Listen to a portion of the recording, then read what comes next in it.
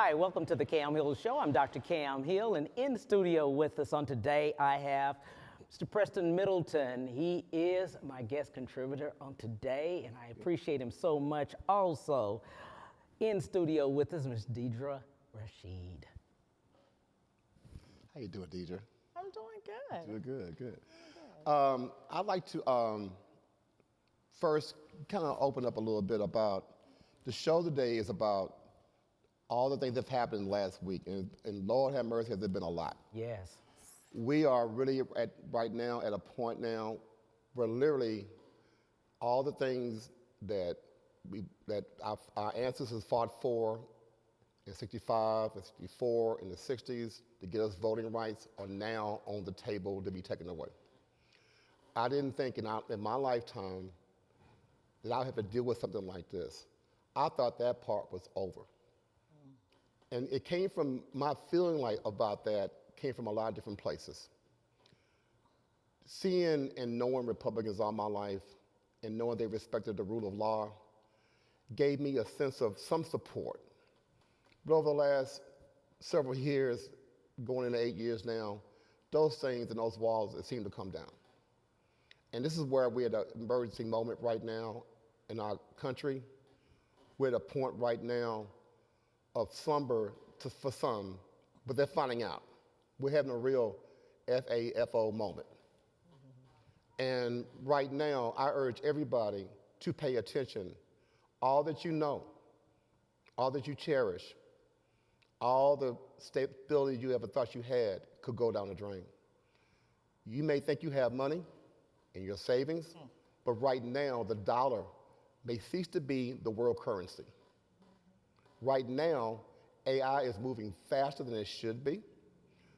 We're in the beginning of a technocrat takeover. Trump is even talking about taking over Washington, D.C. and turning it over to Peter Thiel and destroying the district. They are right now going into urban centers in Los Angeles, in Houston, anywhere there's a concentration of Democrats, and trying to move the ball forward so that they can control the vote. And this is not a time to sleep. This is not a time to slumber. This is a time to wake up, and we have to fight. And I heard a lot this last week, and I'm very grateful to the governor of California, Gavin Newsom. I'm very thankful to the governor of New York, Governor Hochul, and I'm very, very thankful to Governor Pritzker in Illinois. And we have family up there with Jason Lee, who works for the mayor there. I'm very thankful that they would give our people that we love, that we cherish, refuge to make sure, because they're fighters. They're not there fleeing, they're there fighting for us. That's right. And that's what's important right now. And as they stand for the entire country. And that's what's so important right now for everybody to understand. If we lose these seats, they're going to repeat this play in every urban center. So you may go to Atlanta, but when you go to Atlanta, it's surrounded by red. If you go to Miami, it's surrounded by red. If you go to Illinois, it's a blue state, but it's kind of tipping point, and we see what happened in Pennsylvania. So that's the foundation we have right now that we should all understand right now going to this point. And this show isn't what I wanted to, what Cam and I wanted the show to be was the educational point here. We can understand what's really going on here. And I want to bring on somebody very dear to me, and a big reason why I'm able to function as a professional. My former dean, the former dean of the TSU's Law School, Thurgood Marshall Law School, I call him Dean James Douglas. How you doing, Dean Douglas? I'm all right, Preston. How are you today? I'm doing great. I'd like to quickly give us a basic feel about how the 18th Congressional District got started and the meaning of it, because they're trying to say it was deemed to be racially motivated, but you know and I know how it really got started. You were there when the transition from, and a lot of people don't realize that George Bush's father was the congressman for what became the 18th Congressional District. Yes. So give us a little Right. background. Give us a little background about how that whole thing started and how we how the 18th congressional district got developed.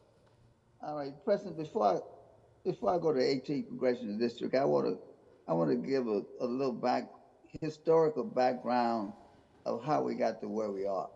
Good. Um, I talked to a lot of people, and a lot of people are shocked and surprised, and I'm not. And I'm not shocked and surprised. In June of 1977, I did a radio cast, and I said that the United States had just turned the corner and was headed back toward its second post-Reconstruction. And I compared it to what happened in 1880 when they pulled the troops out of the South.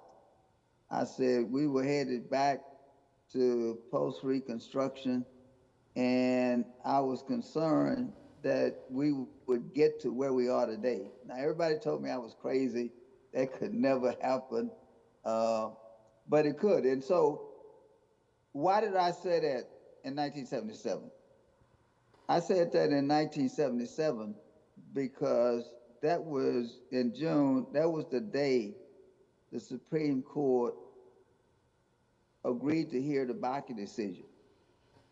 That was the first reverse discrimination decision that the Supreme Court had decided to hear. Now, if you go back to the 1885 civil rights decisions that the Supreme Court ruled that negated a lot of the rights that were presented under the Civil Rights Bill back during Reconstruction, I saw this as the beginning of reversing what had been created in right after the Civil War during Reconstruction, when we had all of these African American Congress people.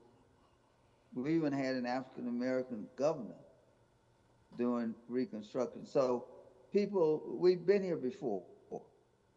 It was the beginning of the black laws.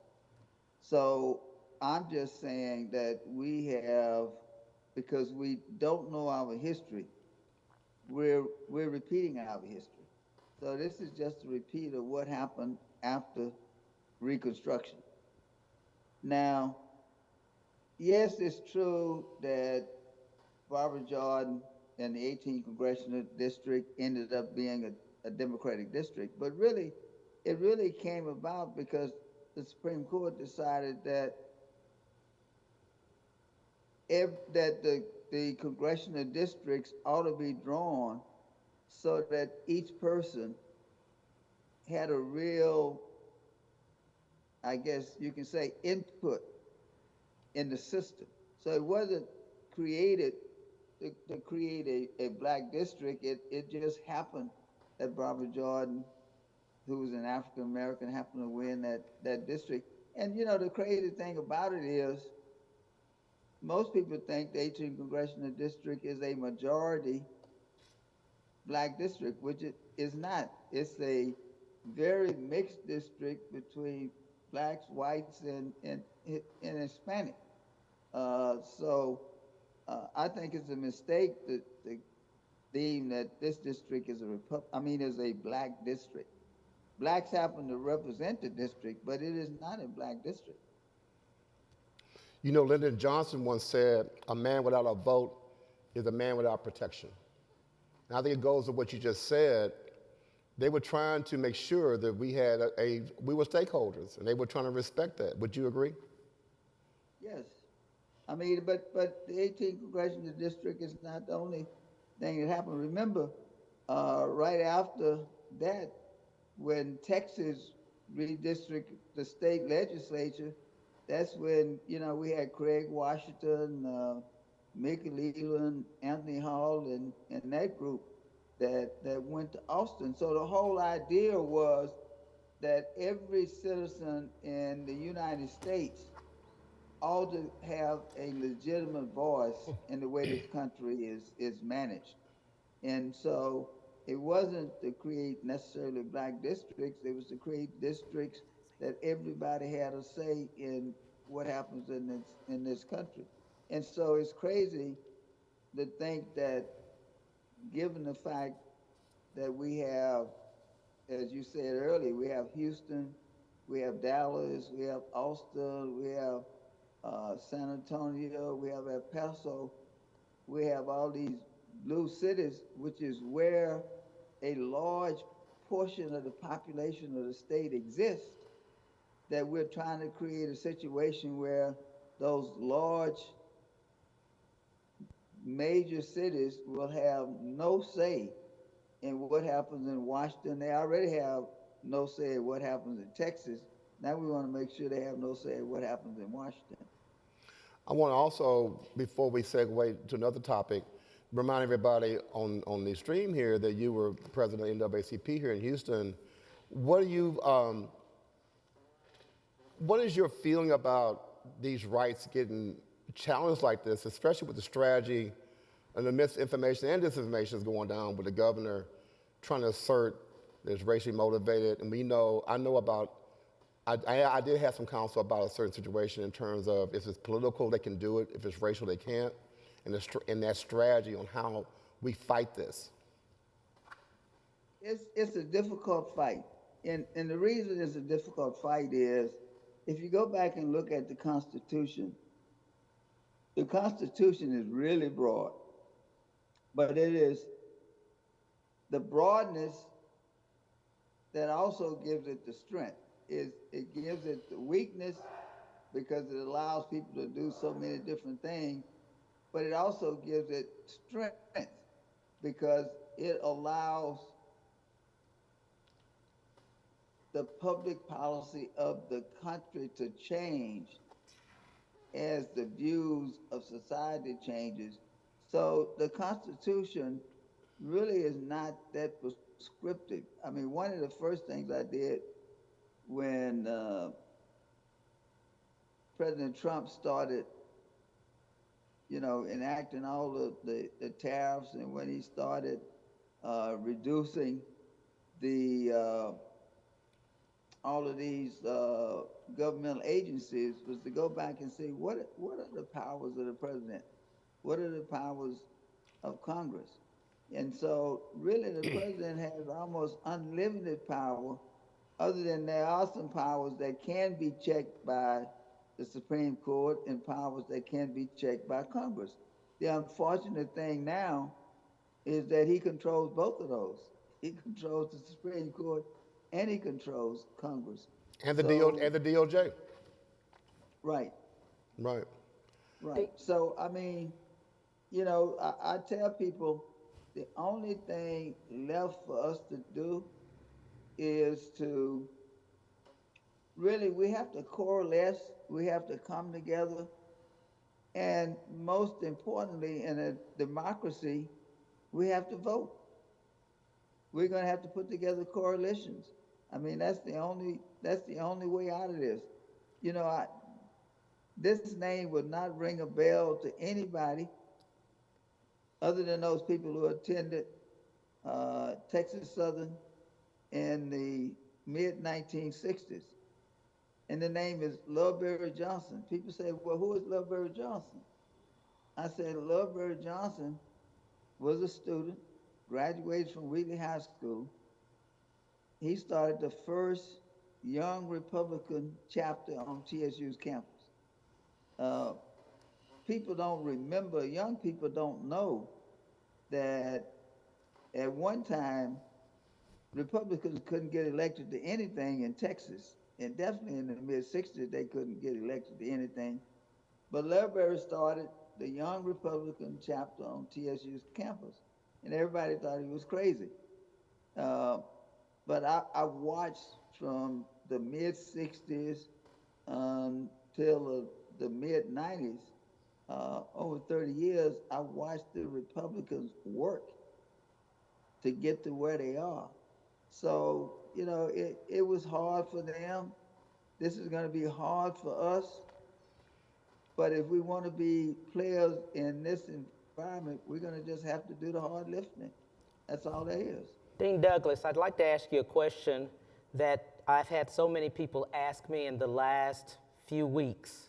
They have been bombarding me and asking me, Dr. Cam, what do we as citizens, and these are layman people, these are people that work, that are truck drivers, these are your nurses, these are your people that are working in retail. What should they do to be part of the solution? What they can do is they have to put together coalitions to vote. And they have to make sure that when it's time to vote, that they go out and vote for the people of their choice. Too many people stayed at home in the last election. Too many people wait for other people to do the hard lifting.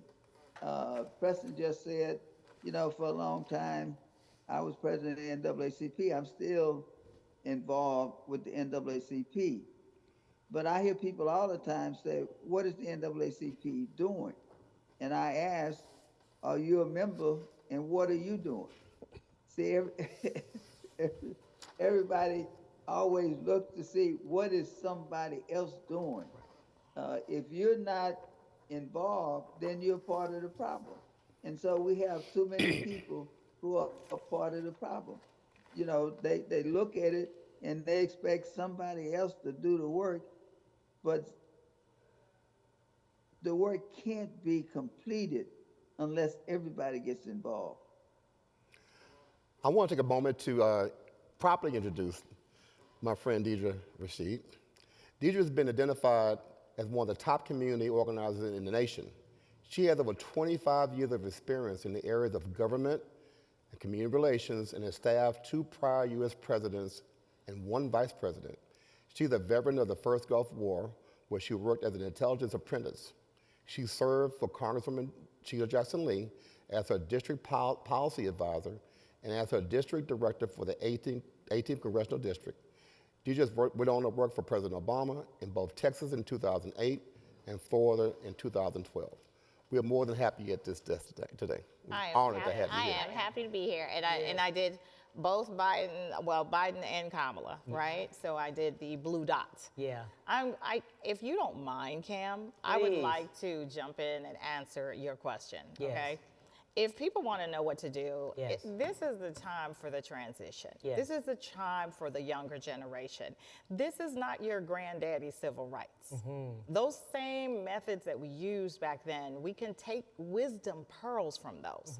But we also have to start now taking those pearls and moving it to the next level. Right. Okay?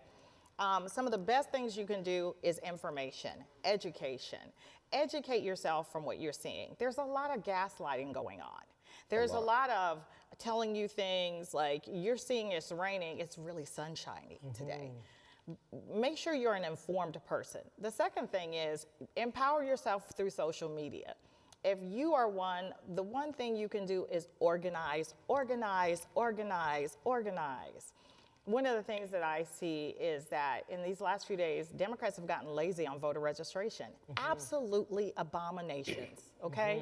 When in 2012, when we went into the Obama coalitions, what we did is we were in the supermarkets, we were on the parks, we were in the after school there sitting at the schools where they were picking up their kids. We went and at that time we re-registered felons, got them back and restarted their rights so that they could vote in there.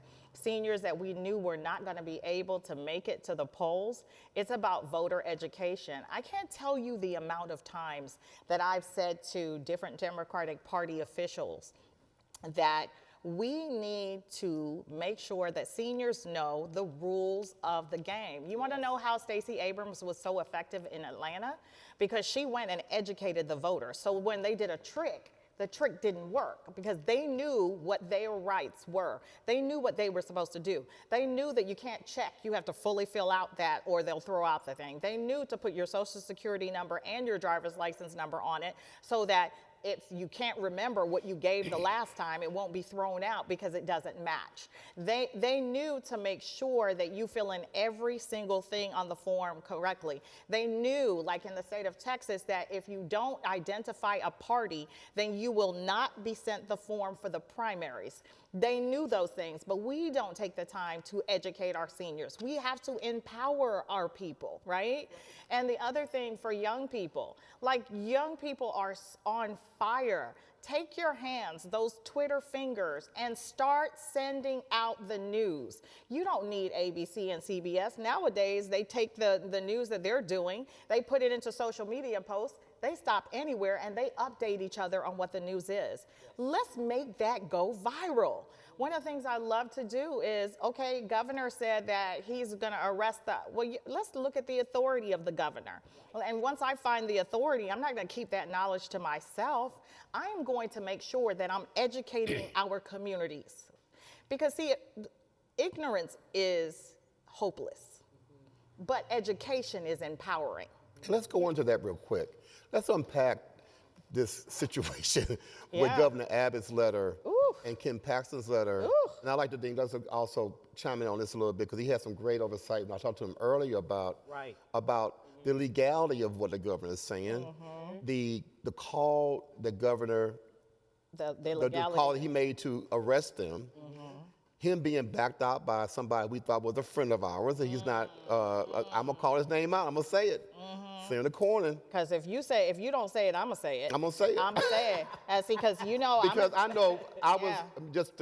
for free clearance, I was Congressman Lee's senior media advisor, and I was Sylvester's. And I happen to know the relationship between Senator Cornyn and Congressman Lee. I know it was very instrumental in getting the Juneteenth bill passed. And he sat by our side afterwards. Sat by our side afterwards. I know he sat at Antioch Baptist Church when they had the Juneteenth event a couple weeks ago.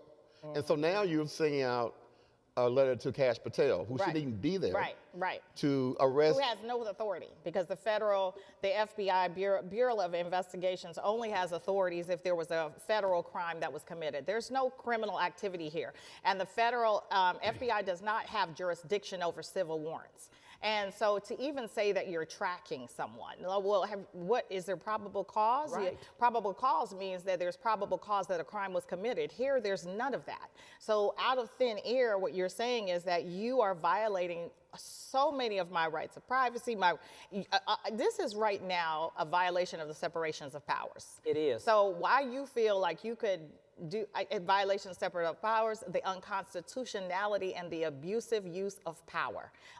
Just what they are actually doing is weaponizing the legal system, the judicial system, the law enforcement. You see it on every single level. You do. From the Supreme Court down. This Supreme Court, it has become an existential threat, an extension of the legislative branch. They were never meant to legislate from the bench. That's something that is A1 judicial canon ethics. They don't legislate from a bench. The lawyers file motions because the lawyer is the only one allowed to practice law, because the only one that could put something in motion in a court is a lawyer. So then when they draft it, it's called motion, because they are beginning the movement into the court.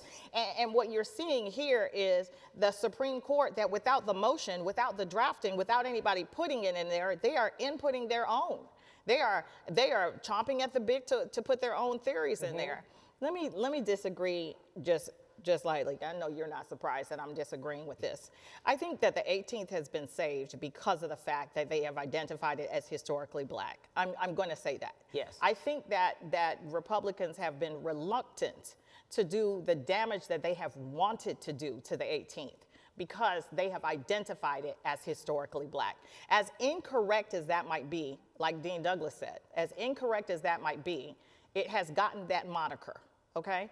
And because of that moniker, I feel like it has saved us to a degree. Now, it hasn't saved us from being pecked at, because in the first redistricting, they pulled out the first one that I was involved with, right? So we're going all the way back to 2002, 2003. When you kicked out Nick Lampson, Chris Bell, when Ron Wilson stayed back in the quorum and John Whitmire broke quorum and came back, and Ron Wilson negotiated the division and creation of Congressman Al Green's district that you see now by taking portions of the 18th and give him the black portion that extended. And Dean Douglas, throw in if I'm saying anything incorrect.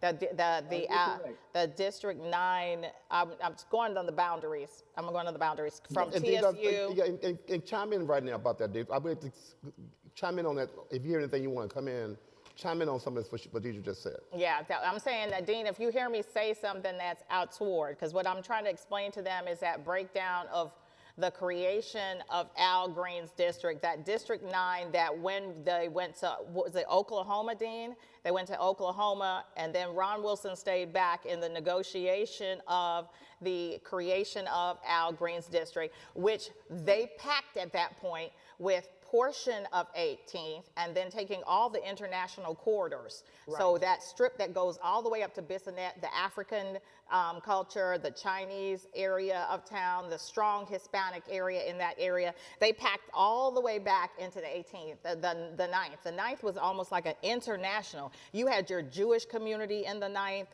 you had your African community in the 9th, you had Hispanic community, Asian community. So now they come back. Right. And the second time in 2021, they go back in for again to hit 9 and 18. This time they put it to where they want Al and the Congresswoman to have to run against each other in order to. Yeah. So chime in, Dean Douglas, real quick for us. But yeah, I was going to say what I don't want us to overlook is that in order to protect the rights of the public, we have 3 branches of government. And when those 3 branches are working together toward the wrong, right, all right, then the public suffers. I mean, that's what happened with the black laws after Reconstruction. All right, those 3 branches of government worked against the newly freed slaves. So that's what we have going on now. The 3 branches of government that are meant to be checks and balances against each other are no longer checks and balances. The president controls the Supreme Court. The president controls the Congress. So there are no checks and balances. None. So we want to thank you so much for that. It's failing us. The government is failing the public. Yeah. It's truly a threat to democracy on an epic scale that even got to this point. It's jaw-dropping. I want to take a moment to introduce our brave soldier. Yes. A man on the move. A man that's fighting for America. Yes. A man that's fighting for Come on now. Texas. Let it happen. Our real Texas Ranger. State Representative Ron Reynolds. Ooh, Ron. Ron, they done gave you a theme song. They gave you a theme song, Ron. You got a theme song. Wait, one more time. In the word, in the voice of Denzel Washington. What did he say? My man.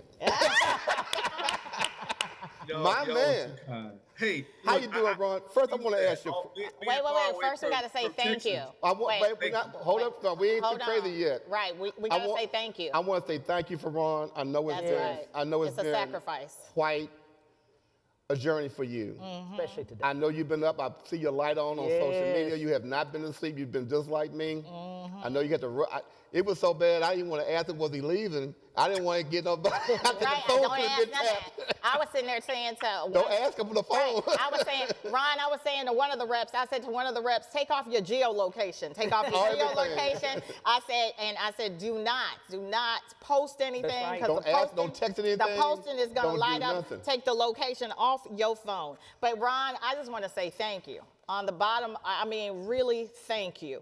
The sacrifice you all are making. It's unbelievable. Y'all are teaching this nation how to fight. How to stand. Democrats had lost their way. Yes. They had been weakened. Yes. And to see you guys fight and to see you lead the nation in bringing the Democratic Party back and the voices of the people back and saving Democrat, Republican, and independents from an autocracy. I just have to say thank you. Please tell all of the reps, we love you guys, ride or die. I'm up on social media trying to back up everybody who says anything. I'm just trying to text as quick as I can, but we love you guys. And also, Ron, we've had a lot of, this is my second intro to you, but Cam and I have had great conversations, and I know you and I have too, about, and I'm gonna say this, I'm gonna keep on saying it. The digital apathy of so many of our sitting Reps. reps. Yes. This is, and I'm gonna break this down when I call digital apathy. This is not 1995. Nope. It's not 2005. Nope. I'm gonna give you all a stat. I'm gonna keep on saying it. I'm hearing voices now I haven't heard maybe once or twice in the last 5 years since I really got involved. You can't fail to, you have to use your voice on these platforms. That's right. The stats say in households under $40,000 a year, which is a single mom, working at Walmart and Burger King on the weekend or McDonald's, single moms, they don't have cable. Young millennials are getting 85% of millennials are getting all their news from Facebook, Instagram, and TikTok. If we cannot afford right now to not have folks online, representatives not communicating to our young millennials, and then we wonder why they don't vote, because we're not talking to them. I heard something this week that was amazing. I heard several older demographic black representatives say things, and it really was amazing. I was like saying to myself, if they had been doing that before, maybe we wouldn't be quite where we are now. We would be where we are now, but we'd be quite there. I want to thank you, and I'm going to be quiet about, you have been prolific at this. Yes. You have reached out, you have been Yes. talking to people, and have. now you are the face Yes, you are. of our party. Yes. You're the voice of it for sure. And I want every elected official, I'm talking about the city council member too. They all should have been online talking about this. Now, I'm gonna be quiet, Ron. Give us a report from the front. Tell us what's going on. We're ready to hear from you. I'm gonna be quiet. Well, good evening, everybody from Illinois, an undisclosed location. I know that the feds are watching. All the folks want to come and get us back. But seriously, I want to thank y'all for allowing me this opportunity to share some information. Dr. Hill, thank you so much for this show. Preston, you've been a real champion, and Deidre has been Yes. in the trenches. I keep up with her. Certainly, great Dean Douglas. He's my Yes. my friend from Texas Southern University. Yes. Thank you so much. He's been inspirational with the NACP and beyond, the lawyers, the National Bar, because it takes all of us, right? It does. This is a crisis moment in our country. It is. And I just want to say that I'm not going to take up much time, but I want to say we know yesterday. Take your time, take your time. The 60th anniversary of the Voting Rights Act of 1965. The 60th anniversary. If it wasn't for the Voting Rights Act of 1965, I promise you, I would not be talking to you this evening as state representative of House District 27. Because before the Voting Rights Act of 1965, people who looked like us Yes. had extreme barriers of voter suppression because of Jim Crow laws. Poll taxes, literacy tests, that stuff was real. I'll never forget when I first ran for office, I'm the first African-American state representative in Fort Bend County since Reconstruction. I had an older senior member that came up and said, I voted for you, young man. And they wanted me to see at the poll, they showed me their poll tax. So this is in their lifetime, y'all. Fort Bend County had whites only primaries.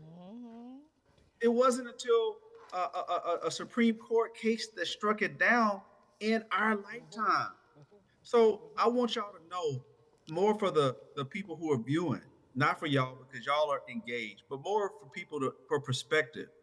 This Voting Rights Act that was signed, the most pivotal piece of legislation in our nation, it wasn't just some negotiation. They said, oh, this is a great bill, we'll pass it. It was because of people who made the ultimate sacrifice, those freedom fighters and those champions. They made good and necessary trouble. They risked it all with marching, protesting, sit-ins, freedom rides. They gave everything they could to end Jim Crow, knowing that they could be killed. And ultimately, some of them were. Some of them made the ultimate sacrifice. And thank God they didn't turn around. They didn't give up. They continued to persist in spite of the odds, in spite of the billy clubs and the German shepherds and the nooses, because they were being lynched and beaten. They didn't turn around. And because of their sacrifice, we have overcome, in the sense that we passed the Voting Rights Act of 1965. I just want to set that predicate based on where we are now. we have a president, Donald Trump, who is a authoritarian fascist leader that is hell-bent on taking us back to those dark days.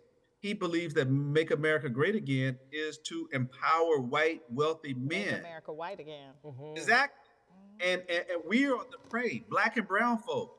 I don't care what kind of degrees you got, what kind of BMW or Mercedes or suburb you live in. If you black, then you are not welcome. Because what they have done essentially is try to erase our history through critical race theory. They can't teach about slavery and Jim Crow anymore. That's the first thing. Now they come a step further and they've ended some of the progress we've made because of diversity, equity, and inclusion programs. They're calling this anti-DEI. They're calling it, oh, you were black, you were brown, you must be a DEI hire, meaning that you were only got that because you were affirmative action. You weren't really qualified. Right. But news is, if you're black, you got these positions, more times you are 2-3 times more qualified than your white counterparts. So here we are. Donald Trump came up with this mid-decade redistricting. First of all, for everyone who doesn't know, y'all probably already talked about it. Redistricting only happens generally every 10 years after the census comes out. Now he asking for a new the next census. district wasn't supposed to occur until after we get the data in 2030. We'll have redistricting in 2031. The last redistricting was 2021. President Trump said, I need more Republican seats because my policies are unpopular and I'm likely going to lose in the midterms. So I need more cushion for these losses. He's underwater about 31%. You got 3-seat majority in the House of Representatives that prohibited Hakeem Jeffries, your frat brother, Preston, for being Speaker Jeffries. So I say Holler out, Kappa. they drew 5 seats, and I heard Deidre talking about it. They drew 5 seats. They drew it on the backs of black and brown communities through packing and tracking. That's right. And we should be offended because there are more African Americans in Texas than any other state. Instead Say of that twice. Say that twice. More African Americans in Texas than any other state. Instead of reducing the number of African Americans, we should be expanding. We should have more African American seats, y'all. But we have 4 African American seats in this state. They reduced that number in half under this new map. You heard me? 50% reduction. 50%. Ron, and please tell everybody the percentage of Texas that is white. Comparative to the percentage that is representation. Anglo, 40% Anglo, 60% minority. We have a majority state. Majority. And they got damn near all the seats. So I hope that we will stop being so comfortable with a little bit of progress when they're trying to take us all back, because they're trying to stuff these maps down our throat that would disenfranchise our black representation. Ron, Cam did have a question you wanted to ask real quick. Go ahead. Ron, let's also talk about the Democratic rep that wants you guys to come back. The ones that are calling. The ones that are calling for you to come back. Oh, Lord have mercy. Let's talk about the ones that Harriet would have shot. Let's talk about the ones that Harriet would have shot. I would have It's freed 6 of them, right, more Ron? It's slaves. 6 of them, right, Ron? It's 6 Only right? they knew they were slaves and they wasn't free. Right. We got that slave mindset, that slave mentality, that the white man's ice is cooler. Yes. They give you little trinkets that they make you acceptable. So they give you little titles like, you're going to be the vice chair. We're going to put you on appropriations. We're going to get you on the calendars committee. You can raise more money. The lobby is going to give you more money. And then you sell out your community and your constituents. They suffer while you gain more campaign dollars and maybe contracts with your personal business. So yeah, there's some sellouts. There's some people who put their own individual needs above their constituents and the greater good of the people. As they say, all skin folk ain't kin folk. We got some people that are black and brown that don't give a damn about black and brown communities.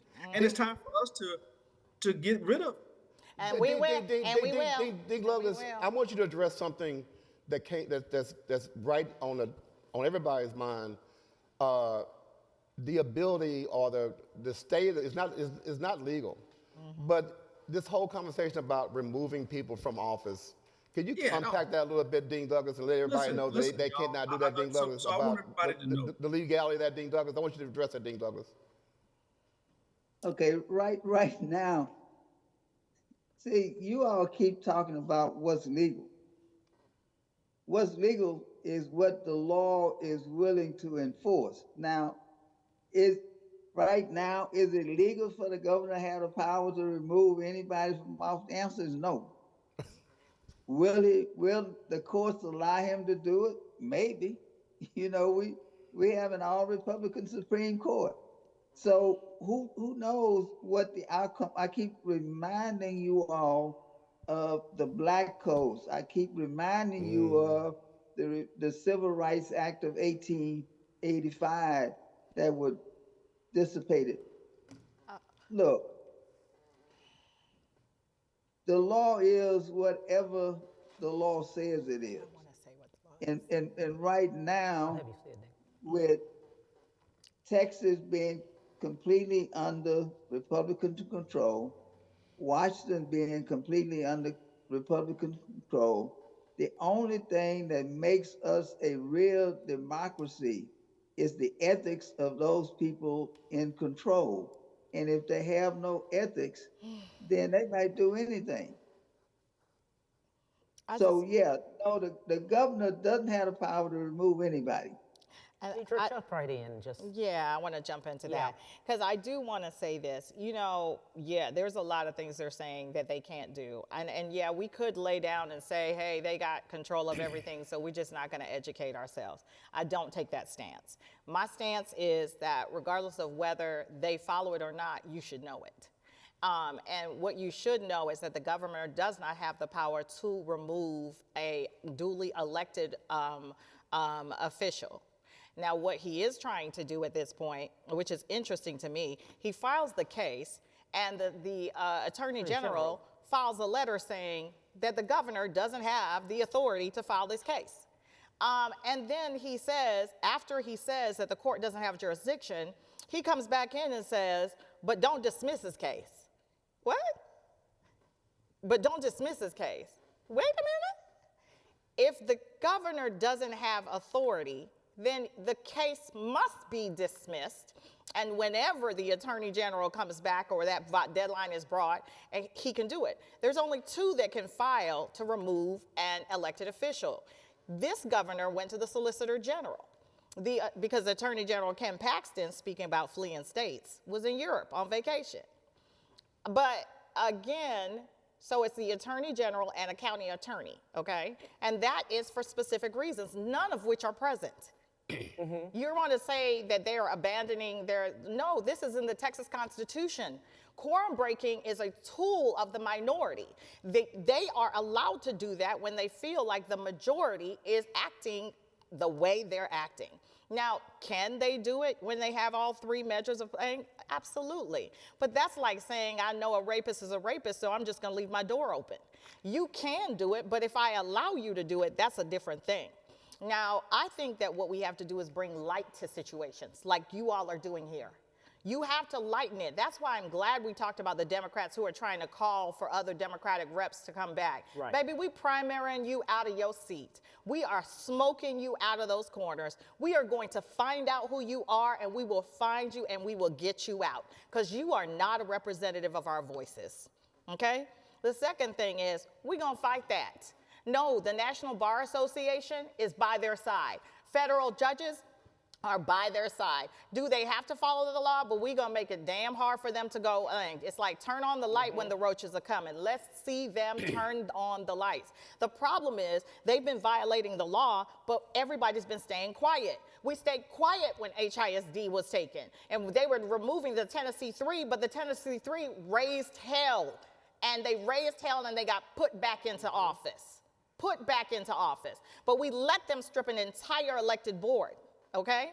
And now he's not done. The same precedents, he wants to come and strip a legislator now. I mean, next time he'll be turning around saying he wants to strip a county commissioner. This is the same governor who sits in Austin, and his people actually say they are racist against Democratic areas, or just prejudiced against the Democratic area. If he knows Austin has 350 people, he'll say this law only pertains to the area with 350 people, as his way to get away from saying that he is just attacking geographical regions. We've got to see these tactics for what they are. And my thing is learn the law.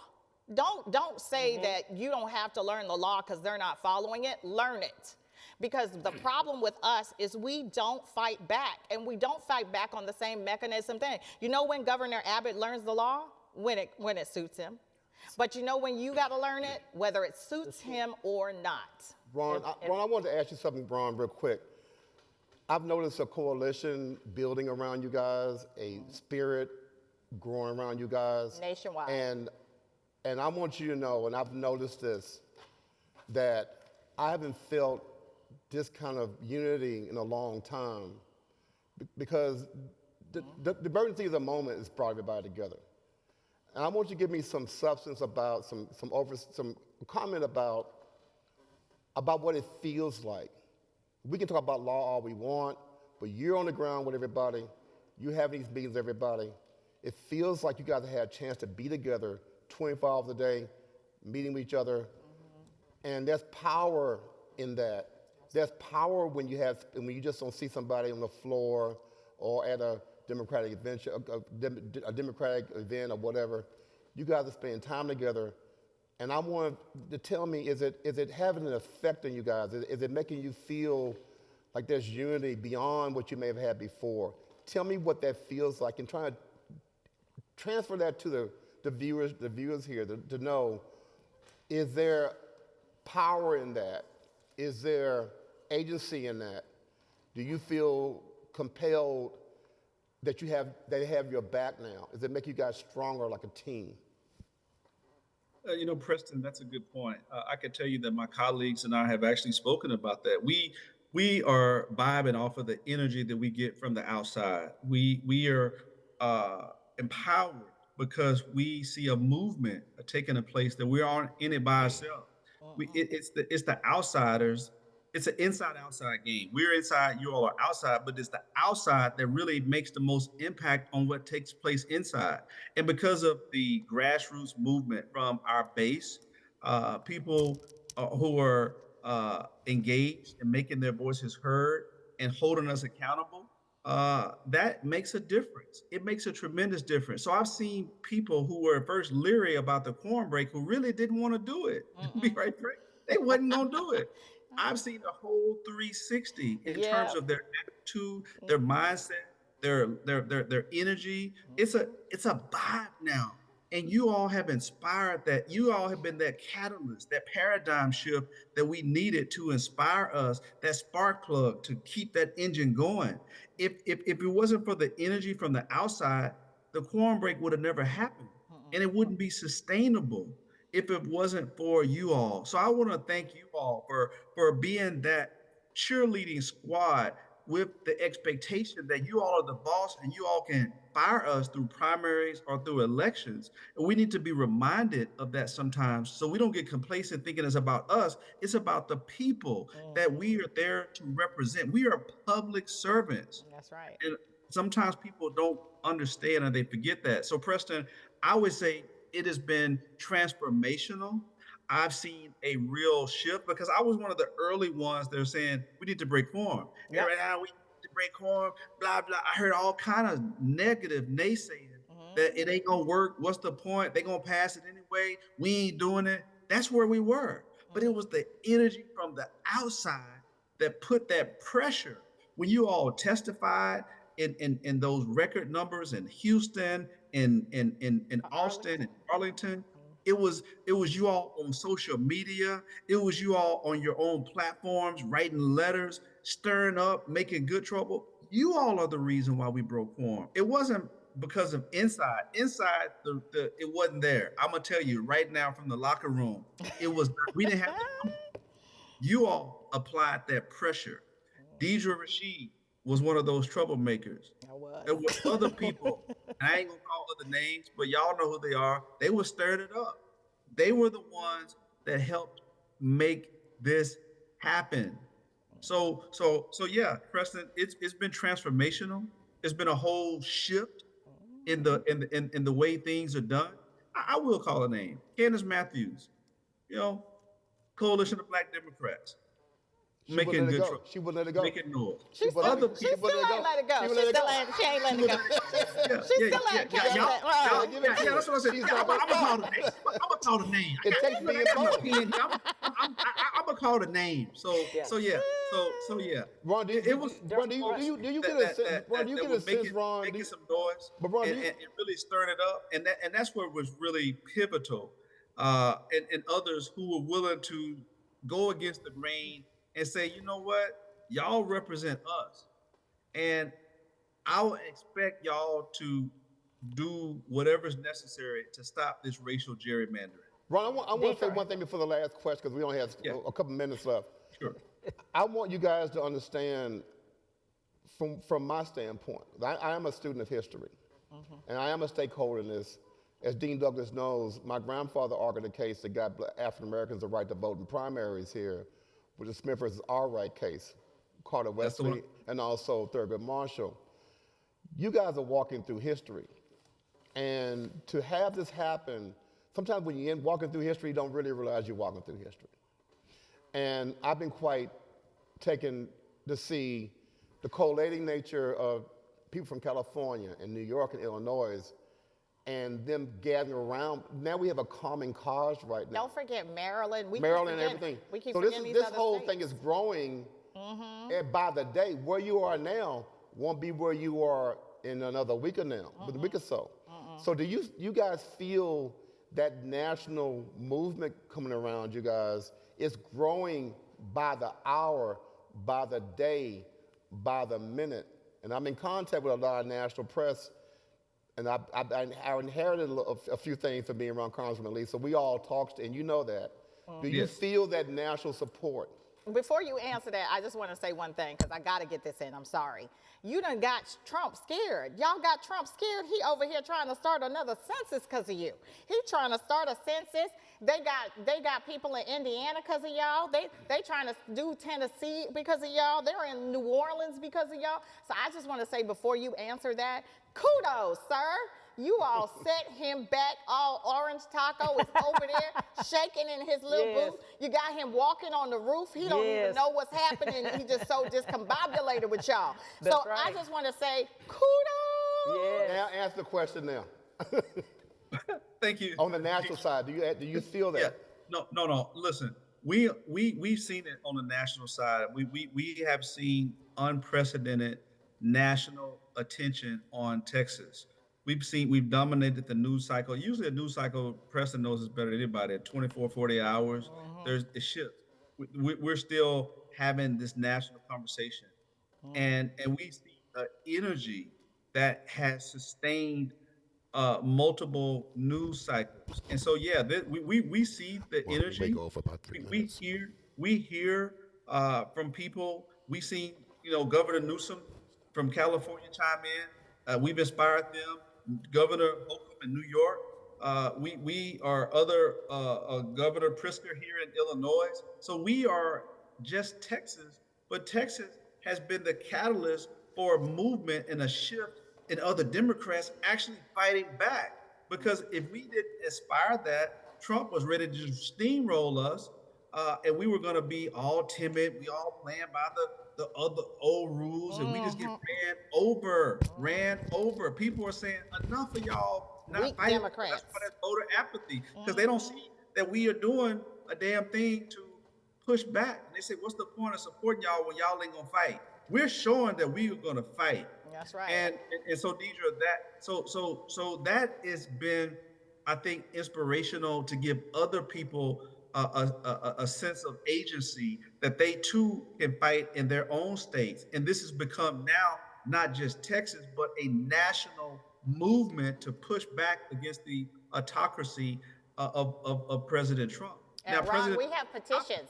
We got Yeah. petitions. Cam, We got petitions pushing. We have petitions for those of you all who are interested. You could go on my Facebook page. We have petitions to the governor of New York, petitions to the governor of LA, nationwide, going to them, telling them to redistrict their states. Cam, go ahead. You know, I'm going to say one thing, Deidre.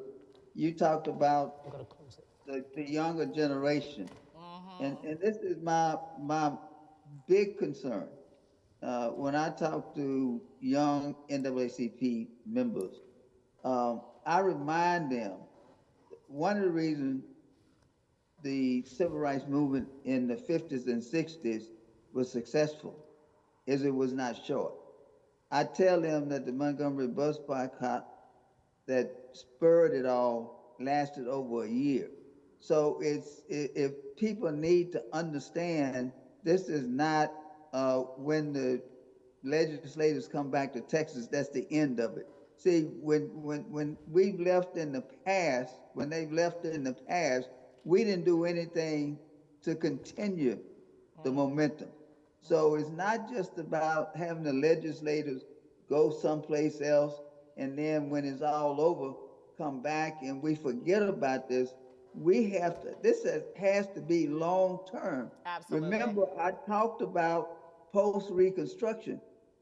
It was a long time between 1880 and 1890 and 1960. All right? So it was a lot of work done in that period. So if you're not ready to continue to work for the rest of your lifetime, then you're just wasting everybody's time. All right, you better tell it. State Representative Ron Reynolds, I would like you to say, what would you like to leave with your viewers? Well, I want to leave with you all. Thank you so much for having me. Continue to keep us lifted in prayer. We're away from our families. We're away from our jobs, but we are doing this because we want to be on the right side of history. We want to stop this racial gerrymander. Please continue to stay engaged. When we fight, we win. This is our watch. We have the baton. Let us not surrender to these bullies and fascists that are trying to take us back. May God continue to bless each and every one of you.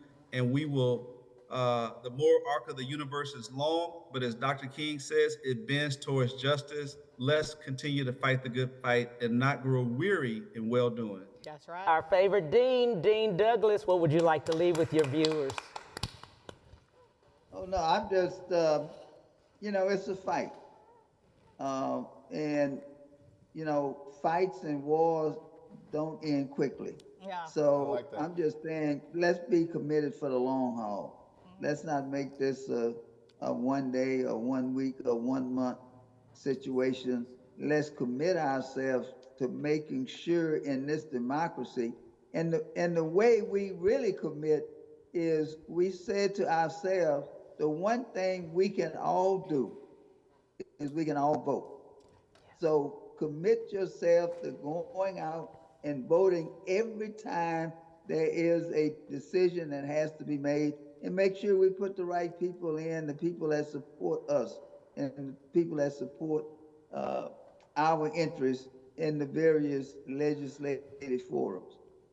Thank you so much, political strategist, Ms. Deidre Rashid. What would you like to leave with your viewers? Let me tell you something. I like to leave with deliverables. That's me. This fight is starting and it's keeping going. We're not ending this, baby, because if they win, they win. We've already won because of those legislatures. So I just want to end like this. Thank you, Preston. Thank you, Cam. Thank you for what you guys do. And let me say this to you. Thank you, Dean. You know I love you. And Ron, woo, boy, the leader of the fighters, okay? Can nobody tell me nothing about that rep. Let me say this, Ron and everybody, you guys, we need to register people to vote. Don't just vote. Take your family to vote. Find people to vote. Commit that on your block, you're going to walk your block and make sure everybody is registered to vote. Join a Democratic or some type of organization, whether it's the NAACP, Texas Coalition of Black Democrats, whether it's the Tejano, the LULAC, whatever it is, get involved. Get your voices out there. Use social media. Start doing what Preston said. Use your own channel. Create your channel. Start talking truth to power. And the last thing is organize and educate. They cannot do us. I'm tired of little punks that were the Texas Democrats. I'm ready for Texas Democrats to go into Randy Weber's district and go out there to Rocheron with all those black populations, and get out there to Manville with all those black populations, and drag every person out of there. I'm ready for you to stop being a punk in Woodlands. Stop being a punk in Conroe. Stop being a punk in there, and go into Republicans' districts and start registering people to vote. There are more Democrats, but guess how we flipped Florida in 2012? I'll tell you how we flipped. We walked past the Mitt Romney signs, and we knocked on the doors, and we found out that the people we thought were Republican were not, but nobody had came to get them. So Texas won't flip till we get off our butts and flip it and stop being a punk. One of the things I like to do in basketball is when I get it in your house. And that's what I say. So Republicans want to do this. Let's go to their house. I want your address. Let me flip your seat. Randy Weber in the new maps, vulnerable. Wesley Hunt in the new maps, vulnerable. I'm going to tell you, if we win, we still win, because they started a nationwide movement. So that means they prevented Republicans from going underneath the radar and flipping us like they did in North Carolina. So if they came down today, Ron and his colleagues have saved this nation. Second thing, they've already started us. Me and Preston been talking almost every single day. What can we do? Educate, educate, organize, organize, voter registration, and walk into the devil's camp, flat-footed. Politics is not a game for children. It's a blood sport. Let's keep the passion. If I tell you I'm excited, I'm excited, I'm excited. I felt it. I feel it. To my friend, I'm telling you, Preston Middleton, you guys don't even understand. You all don't even know the magnitude Preston Middleton has. I appreciate you so much. Guest contributor, that's not even the word for my friend. He's truly a political novice. What would you like to leave with the viewers? We're all stakeholders. Yeah. I'm the child of Dean Douglas. I'm a child of Nabi Middleton. I'm a child of Barbara Jordan. I'm the child of Carter Wesley. I'm a child of Barbara Jordan. I'm a child of Mickey Leland. I call Craig Uncle Craig. Sheila Jackson Lee was like my blood. I walked the streets with her when it wasn't safe. Yeah. I came into it a little later than you guys. I come from the entertainment industry. I do have a political science background. I did go to law school with Dean Douglas, and I am mentored in that area. But I will tell you this: being with her was the honor of my life. Yeah. I got a chance to walk with her in the period, and with Ron was there too. Ron was the only person that I know that was there all the time with us all the time. From beginning to the end. From beginning to the end. When we had no vaccines, she gave me a master class in public service. She gave me a master class in how to put your life on the line for the people. She was fearless. Fearless. Absolutely fearless. And she gave me courage. And I did that while my dad was dissipating from going through a battle with dementia. I did it when my mother just passed away. So that gave me courage. It gave me substance. And I want to thank men like Dean Douglas, who gave me the foundation, who stood by me at a very difficult time. I owe it to them to be here standing, because I wouldn't be here without a Dean Douglas. I wouldn't be out here doing what I'm doing without that strength that I got from them. So everybody stand together and stop ignoring young people. Stop using the Democratic Party as a social club. Woo, stop saying in these meetings that I've been going to, they don't vote, don't worry about them. Stop doing that. That's why I'm here with you now. That's offensive to me. It should be offensive to everybody. That's not how King got started. If you look at those marches, there were young kids there, 10, 12 years old, marching with him. So remember that. That's why history is so important. Thank you so much. I'm Dr. Cam Hill. This is the Cam Hill Show, and this is the Battle of Texas.